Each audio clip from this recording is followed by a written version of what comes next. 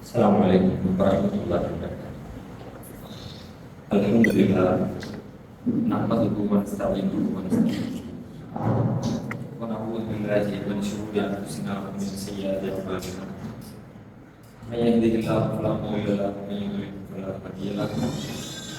Wa asyhadu an la ilaha illallah wahdahu la syarika lahu wa asyhadu anna Muhammadan abduhu wa rasuluh.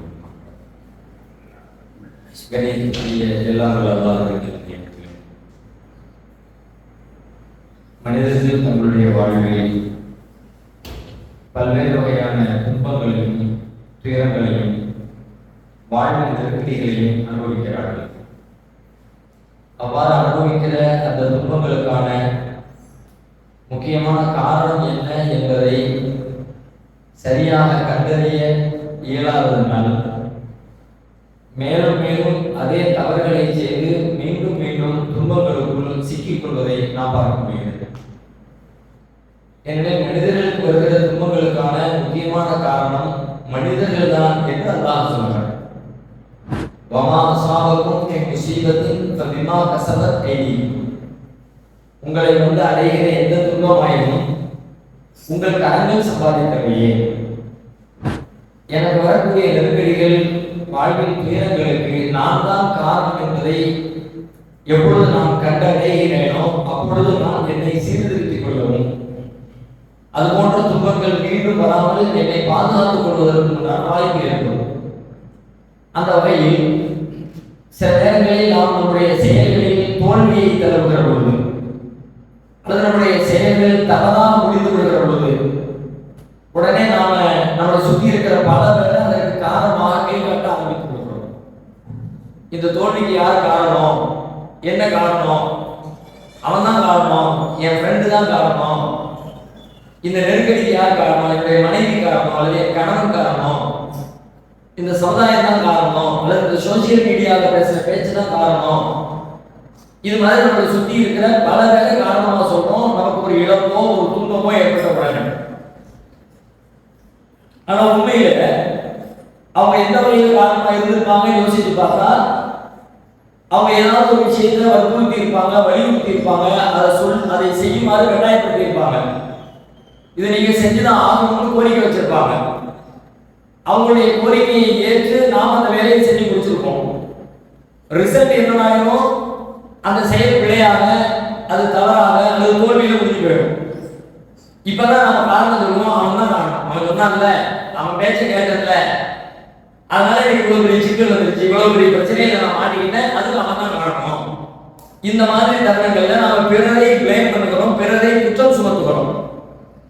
கொஞ்சம் நல்லா ஆழமா சிந்திச்சு பார்த்தா அவர்கள் காரணமா இல்லை நாம் காரணமா என்று யோசித்தால் உண்மையில் இதற்கும் நாம் தான் காரணம் என்கிற முடிவுக்கு தான் நம்ம வரணும். ஏன்னா அவங்க என்ன செஞ்சாங்க, நம்மளை சுற்றி இருக்கிறவங்க ஏதோ ஒரு விஷயத்தை கோரிக்கை வச்சாங்க, செய்ய சொன்னாங்க, நம்மள வலியுறுத்தினாங்க, மீண்டும் மீண்டும் இதை செஞ்சா நல்லா இருக்குமே கெஞ்சினாங்க அல்லது மிரட்டினாங்க, ஏதோ ஒரு வகையில வற்புறுத்தினாங்க. ஆனா இறுதியில முடிவெடுத்து செயல்படுத்துறது யாரு? நாம தானே செயல்படுத்தணும்.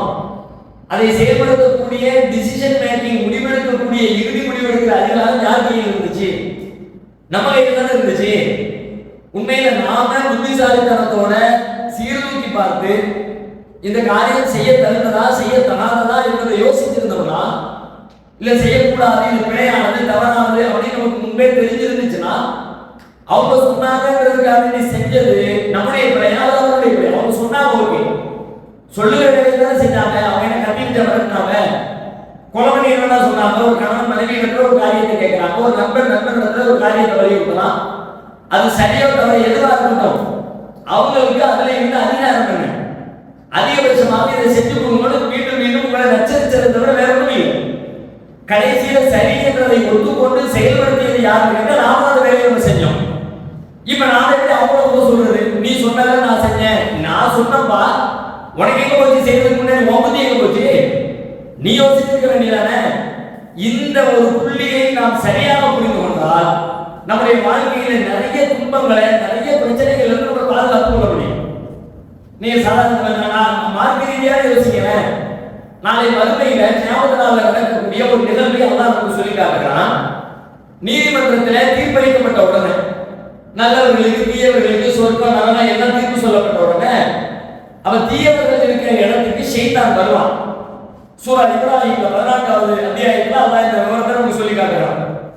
ஷைத்தான் வந்து சொல்லுவான், கால ஷைத்தான் லம்மா உதிய அம்ரு இன்னல்லாஹ வஅதகும் வஅதல் ஹக். ஷைத்தான் தீர்ப்பளிக்கப்பட்ட உடனே வந்து சொல்லுவான், அல்லாஹ் உங்களுக்கு உண்மையான வாக்குறுதியை வாக்களித்தான்.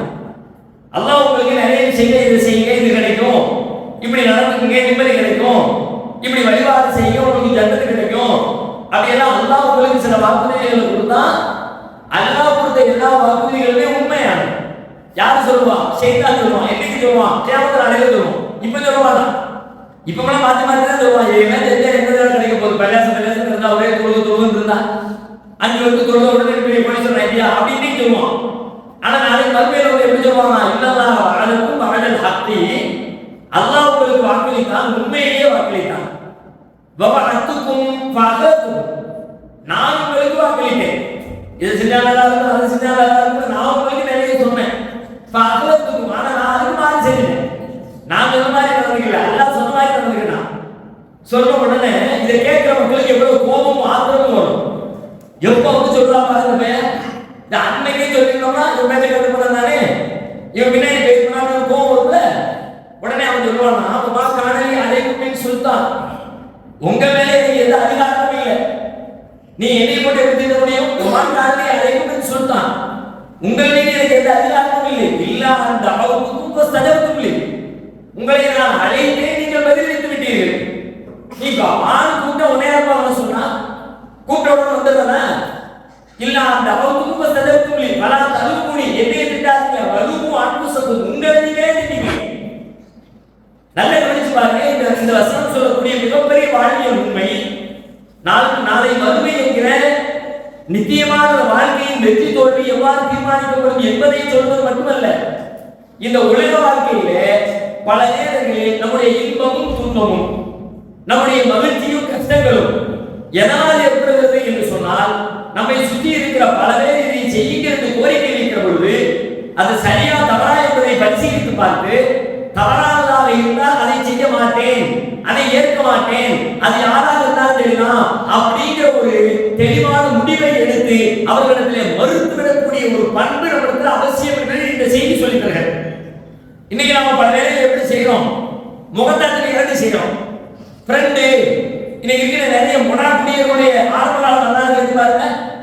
குடிச்சு குடிக்கு அடிமையாகி போய் குடுமையை குடியிலிருந்து மீட்க முடியாம எவ்வளவு பெரிய மருத்துவர்களுக்கு போனாலும் இவனை குடியிலிருந்து மீட்க முடியாது, கொஞ்சம் கொஞ்சமாவது அவனுக்கு சாராயத்தை ஊத்தி கொடுங்க, ஒரே நிப்பாட்டிடாதீங்க என்று குடியினால் அவனுடைய உடல் கெட்டு போயிடும், அவன் செத்து போயிடுமா என்று சொல்லக்கூடிய மருத்துவ உலகங்கள் கூட இவனை காப்பாற்றுகிற வழி இல்லை, கொஞ்சம் கொஞ்சமா கொடுத்துக்குங்க என்று சொல்லுகிற அளவுக்கு சில பேருடைய வாழ்க்கை குடியிலேயே அதை அழித்து போய் இருக்கிறது. அது என்னைக்கு நடந்துச்சு? ஒரு 50 வயசுல 60 வயசுல இருக்கிறாருன்னு இந்த 60 இடைவெளியில அவர் எப்படி இந்த நிலை 4 நாள் எடுத்த எடுப்பிலேயே திடீர்னு ஏதோ ஒரு நாள் அப்படியெல்லாம் நடந்துருச்சு அவருடைய வாழ்க்கையில. ஆரம்பத்தில் யாரோ ஒருத்தர் லேசாசனத்தில் அடிப்பாங்க, அவருக்கு தெரிஞ்சவங்க லேசாக வலியுறுத்தி இருப்பாங்க, அவருடைய நண்பன் சொல்லியிருப்பான், அவங்க வீட்டுல பக்கத்துல இருக்க யாரோ கொஞ்சம் குடிச்சு பார்ப்பா, லேசா டேஸ்ட் பண்ணிப்பாரு, அதெல்லாம் ஒன்றும் பெருசு இல்லை, ஒரு ஊதே தயாரிக்கும் போது உடனே கல்லூரியில் கேட்டா போயிடும், எப்படி இருக்கு பானை அப்படின்னு சொல்லியிருப்பாரு. அப்படின்னு லேசா ஒரு தடவை பார்ப்போமே அப்படி ஆரம்பிச்சவன் தான் கடைசியில் நீ உடாமுடிய எடுத்து எடுக்கல உடனே பாட்டில் பாட்டா வாங்கி லிட்டர் வாங்கி முடிச்சவே இல்லை. லேசா எடுத்து ஒரு நாள் யாரோ ஒருத்தர் சொன்னார் என்பதற்காக வேண்டி லேசா நாட்களை தூக்கி வச்சு டேஸ்ட் பண்ணா சிகரெட் குடிக்கிறது செயின் ஸ்மோக்கர்ஸ் உருவாக்கி எப்படி உண்டாங்க? அவங்களும் ஆரம்ப காலத்துல இப்படிதான் இருந்திருப்பாங்க, யாரோ ஒருத்தர் குடிச்சிருப்பாரு, அப்படின்னு இருப்பாரு. சரி வேலையை இருப்பாங்க, அவருடைய அழைப்பை ஏற்று வேலையை செஞ்சிருப்பாரு, கடைசியில் இன்னைக்கு அவரு ஒரு ஆசகரமான சூழலை நோக்கி வந்திருப்பார். இப்படி வாழ்க்கையில இவ்வளவு பெரிய துன்பத்துக்கு நான் வந்து சேர்ந்தது இப்ப அவர் சொல்வார், அன்னைக்கு அவன் பேச்ச நான் கேட்காம இருந்திருக்கிறேன், அப்படி இருந்திருந்தா நான் உட்பட்டு இருப்பேன், அவனை என் ஃப்ரெண்டா சேர்த்துக்காம இருந்திருக்கிறேன், அவன் கூட போய் நான் ஃப்ரெண்ட்ஷிப் வச்சனே, நாளை மறுமையில இதே கூத்து நடக்கும் குர்ஆன் சொல்லு.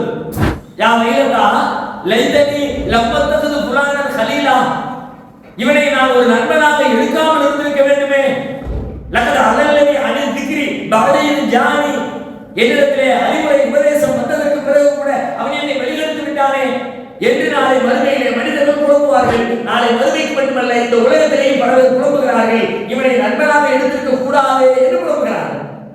இவன் பேச்சை கேட்டிருக்க கூடாது என்று குழம்புகிறார்கள்.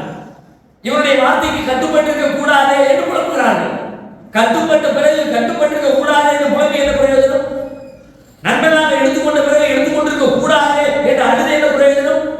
உண்மையிலே புத்திசாலியாக இருந்தால் இப்பவே நாம முடிவெடுக்கணும். இது மாதிரி தப்பான தவறான கோரிக்கைகள், அழைப்புகள், கட்டாயப்படுத்தல்கள் யாரிடமிருந்து வந்தாலும், அது நண்பர்களாக இருந்தாலும், பெற்றோர்களாக இருந்தாலும், உறவினர்களாக இருந்தாலும், கணவன் மனைவியாக இருந்தாலும், எங்கிருந்து வந்தாலும் நான் ஏற்றுக்க மாட்டேன் அப்படிங்கிற உங்களுக்கு தெளிவு வேணும். கண்ணுக்கு முன்னாடி பாருங்க, செலவுடைய திருமணத்துல கைக்கு மீறி செலவு பண்ணும்போதே உங்களுக்கு தெரியுது. இவ்வளவு பெரிய செலவு தேவையா? பல லட்சங்கள் வாரி இழைக்கிறாரு. இவருடைய மாத வருமானம், இவருடைய ஆண்டு வருமானம் அதோடு ஒப்பிட்டு பார்த்தா இது எங்கேயோ இருக்குல்ல. இத்தனை லட்சம் ரூபாய் எப்படி இப்படி செலவு பண்றாரு கேட்டா அவருடைய சொந்த பந்தங்கள்லாம் சொல்லி சொல்லி சொல்லி ஒண்ணு ஒண்ணா சேர்த்து ஒரு பெரிய லிஸ்ட் சேர்ந்துடும். ஏமா உனக்கு இருக்கிற ஒரே ஒரு பிள்ளை, அதுக்கு மட்டும் நீ கணக்கு பார்த்தா தெரியுமா? இந்த ஒண்ணு சேர்த்துக்க, ஒரு மண்டபத்தை சேர்த்துக்க, அதை சேர்த்துக்க, இதை சேர்த்துக்க, அப்படியே சேர்த்து மொத்தமா டோட்டல்ல கணக்கு பார்க்கும்போது 50 லட்சம் ரூபாய் நிற்குது, 1 கோடி ரூபாய் நிற்குது. இப்ப எல்லாம் முடிஞ்சதுக்கு பிறகு கடனை கொடுக்க வழி இல்லை. வீட்டை வித்தாச்சு காசு பத்தல, கடையை வித்தாச்சு காசு பத்தல, மனைவியுடைய நகையை வித்தாச்சு காசு பத்தல. இப்ப தகவல துண்டை போட்டு உட்கார்ந்து ஓடுறான். உன் பேச்சை கேட்டுக்கவே கூடாதுப்பா. அன்னைக்கே இவன் பேச்சை கேட்டது தப்பா போச்சு, பின்னாடி சொல்லி கொடுக்க என்ன வாய்தா? அது முடிஞ்சிருச்சு. வாங்கின கடன் வாங்கியது, இழப்பு ஏற்பட்டது, ஆனா நஷ்டமானது. அதுக்கு பிறகு நீ அழுது புலம்பி அர்த்தம் இல்லை, பயன் இல்லை. அப்படின்னா நம்ம இடத்துல ஒரு பழக்கம் இருக்கணும். தப்பான தவறான செய்யக்கூடாத காரியங்களை யார் சொன்னாலும் அதை நான் ஏற்க மாட்டேன், கண்ணியமான முறையில் அதை ஒதுக்கி தள்ளுகிற முடியாது என்று அதை புறக்கணிக்கிற ஒரு மனநிலையை உருவாக்கணும். பல குடும்பங்களை கணவன்களை பிரச்சனையை பாருங்க எப்படி நடக்குதுங்கிறீங்க. இதே மாதிரி மனைவி அவருடைய ஆசைக்காக வேண்டி பல கோரிக்கைகள் வைப்பாங்க. அதை வாங்கிக்கோங்க, இதை வாங்கிக்கோங்க, நகை வாங்கிக்கோங்க, ஃப்ரிட்ஜ் வாங்கிக்கோங்க, ஏசி வாங்கிக்கோங்க, வாங்குங்க, வசதி என்ன வாங்குங்க, தப்பே கிடையாது. மார்க்கத்துல அல்லாஹ் உங்களுக்கு கொடுத்திருக்கிற பொருளாதாரத்தை நீங்க அனுபவிங்க, அல்லாஹ் உங்களுக்கு குத்து பிடிக்க போறதே கிடையாது. ஆனா வாங்கி கொடுக்கிற கணவருக்கு அவ்வளவு கெப்பாசிட்டி நல்லா தெரியுது. மீண்டும் மீண்டும் மனைவி சொல்றாங்க, என்ன பண்றது, டெய்லி மூஞ்சி தூக்கிட்டு இருக்கிறாங்க, மாசத்துல நாலு கணக்கு தூக்கிட்டு பாத்துக்கிறாங்க, சரி என்னவோ வைப்பாங்க பரவாயில்ல வாங்கி கொடுத்துருவோம் அப்படின்னு வாங்கி கொடுத்துறாரு. வாங்கி கொடுத்த பிறகு திரும்ப கடன் அடைக்க முடியாம இவன் பேச்சை கேட்டதே தப்பா போச்சு. இப்படி வாழ்க்கையில ஒவ்வொரு கட்டத்திலையும் அடுத்தவங்களுடைய பேச்சை கேட்க வேண்டியது, அதுக்காக ஒரு காரியத்தை செய்ய வேண்டியது, செஞ்சு முடிச்சுட்டு அது ஏண்டா செஞ்சோம் அப்படின்னு புலம்ப வேண்டியது. உண்மையில நீங்க கண்ணின் சாரி செஞ்சீங்கன்னு வைங்க, அவங்களுக்கு வாங்கி கொடுத்து கேட்கறாங்க, வாங்கி கொடுத்துதான் வேணும் அப்படின்னு புரிஞ்சுக்கிட்டு நீங்க வாங்கி கொடுத்தீங்கன்னா அப்ப நீங்க அதனுடைய விளைவுகளை ஏற்றுக்கணும். விளைவுகளுக்கு அவங்க வச்சீங்கன்னா அன்னைக்கே சொல்ல கேட்டியா அப்படி இன்னைக்கு அன்னைக்கு சொல்ல அப்படி நிக்க வேண்டியதானே?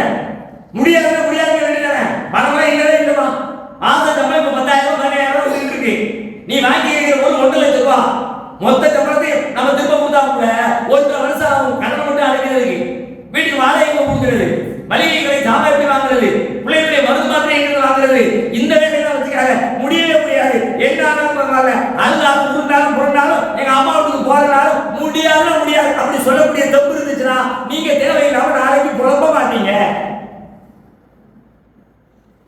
முடியாது என்கிற கூடாது என்றால் கூடாதுதான், செய்ய மாட்டேன்னா அப்படி அதைத்தான் இஸ்லாம் ரொம்ப வலியுறுத்துது. மார்க்கத்தில் ஒரு காரியத்தை செய்ய என்று சொல்வதற்கு முன்னால் எதையெல்லாம் செய்யாதே என்பதுதான் அடிப்படை வலியுறுத்தப்படுகிறது. இஸ்லாமுடைய அடிப்படை போதனை என்ன? இஸ்லாமிய கலிமா இது, லா இலாஹா இல்லல்லாஹ். லா இலாஹா இல்லல்லாஹ் என்ன? அல்லாஹ் வணங்குகிறது அர்த்தமா? அல்லாஹ்வை வணங்கு என்று லா இலாஹா இல்லல்லாஹ் அர்த்தமா? லா இலாஹா வணங்குகின்ற எதை வணங்காதே, இதை வணங்க மாட்டேன், இந்த சிலை கடவுள் இல்லை, இந்த மரம் கடவுள் இல்லை, இந்த சிற்பங்கள் கடவுள் இல்லை, எதை நான் கடவுளாக வணங்க மாட்டேன், அந்த முடிவு அல்லாஹ் வணங்குறது முன்னாடி முதல்ல முடியாதுங்கிறது சொல்லுப்பா, இல்லைங்கிறது சொல்லுப்பா, மாட்டேங்கிறது சொல்லுப்பா. வயிற்றுத்தி அக்சரம் பிள்ளைங்க இதிலும் நான் சரியல. இந்த பூமியில அதிகமான பேர் சொல்றதுக்கு கட்டுப்பட்டு நடக்கணும்னு நீங்க நினைச்சீங்க, அல்லாஹ் சொல்றான். அப்படி நீங்க கட்டுப்பட்டீங்க, யுவைலுக சபீலில்லா, அல்லாஹ்வுடைய பாதையை விட்டு உங்களை அவங்க வழிதவர செஞ்சிருவாங்க. ஆனா அடுத்தவங்க பத்தி கேட்கிறது, நீ தெரியல அவன் சொல்லணும், நீ திங்க் பண்ணி சரியா தப்பா பாரு, அல்லாஹ்வுடைய மார்க்கத்துக்கு ஏற்புடையதா பாரு, அல்லாஹ்வுடைய தூதரை போதைக்கு ஏற்புடையதா பாரு, சரின்னு சொன்னா அதை செயல்படுத்தும் போது எவ்வளவு கஷ்டம் வந்தாலும் அந்த கஷ்டத்துக்கு நான் தான் காரணம்னு ஒத்துக்க. இதுக்கு நான் தான் காரணம். ஏன்? சரியானது செய்ய வேண்டியது செஞ்சுட்டேன், தப்பானது செய்யக்கூடாது செஞ்சுட்டேன் அப்படின்னா அதுக்கு நீங்க தான் காரணம். சரியானதை செய்தாதவருடைய விளைவுகளை நீங்கள் எப்படி காரணமாக நீங்கள் ஏற்றுக்கொள்கிறீர்களோ அதுபோல தவறானதை செய்து அதிலே தோல்வி அடைந்தால், அதிலே தவறுகள் நிகழ்ந்தால் அந்த தோல்விக்கும் தவறுக்கும் நீங்கள் தான் காரணம். ஏனெனில் முடிவெடுக்கிற அதிகாரம் நம் கையில் தான் இருக்கிறது. இதைத்தான் அல்லாஹ் சொல்கிறான், உங்கள் வாழ்வில் வருகிற எந்த துன்பமாயும் அதற்கு நீங்கள் தான் காரணம், உங்கள் கரங்கள் சம்பாதித்தவையே. வமா அஸாபக்கும் மின் முஸீபத்தின் ஃபபிமா கஸபத் ஐதீக்கும், உங்கள் கரங்களால் சம்பாதி. வெளியிலிருந்து யாரோ கொண்டு வந்து உங்க மேல அந்த துன்பத்தை, அந்த நெருக்கடியை, அந்த கஷ்டத்தை போட்டுட்டாங்க நீங்க நினைச்சீங்கன்னா ஒரு காலத்திலே உங்க துன்பத்திலிருந்து நீங்க வெளியே வரவே முடியாது. ஒண்ணு மாத்தி ஒண்ணு துன்பத்தை மாட்டிக்கிட்டே இருக்கீங்க. முழுசா துன்பத்திலிருந்து வெளியே வரணும்னா என் துன்பத்துக்கு நான் தான் காரணம் அப்படின்னு நீங்க முடிவெடுங்க. உண்மை அதுதான்.